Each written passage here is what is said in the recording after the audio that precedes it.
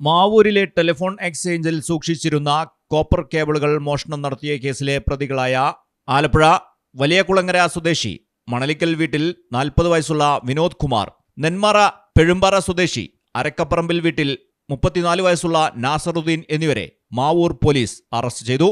വ്യാഴാഴ്ച പുലർച്ചെ Mavoor pipe line റോഡിൽ സ്ഥിതി ചെയ്യുന്ന ടെലിഫോൺ എക്സ്ചേഞ്ചിൽ സൂക്ഷിച്ചിരുന്ന ഏകദേശം 35 മീറ്ററോളം നീളം വരുന്ന കോപ്പർ കേബിളുകൾ പ്രതികൾ മോഷ്ടിച്ചു.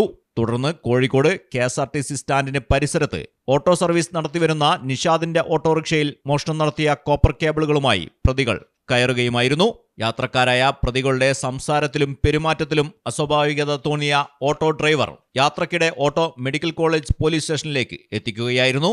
പ്രതികളെ പോലീസ് ചോദ്യം ചെയ്തതിൽ നിന്നും ഇവർ ടെലിഫോൺ എക്സ്ചേഞ്ചിന്റെ കീഴിൽ കരാർ ജോലി ചെയ്യുന്നവരാണെന്നും കോപ്പർ കേബിളുകൾ മോഷണം നടത്തി കൊണ്ടുവരികയാണെന്നും പറഞ്ഞു. പിന്നീട് മാവൂർ പോലീസ് സ്ഥലത്തെത്തുകയും ഇൻസ്പെക്ടർ മുഹമ്മദ് റഫീഖിന്റെ നേതൃത്വത്തിൽ പ്രതികളെ അറസ്റ്റ് ചെയ്യുകയുമായിരുന്നു. കോടതിയിൽ ഹാജരാക്കിയ പ്രതികളെ റിമാൻഡ് ചെയ്തു.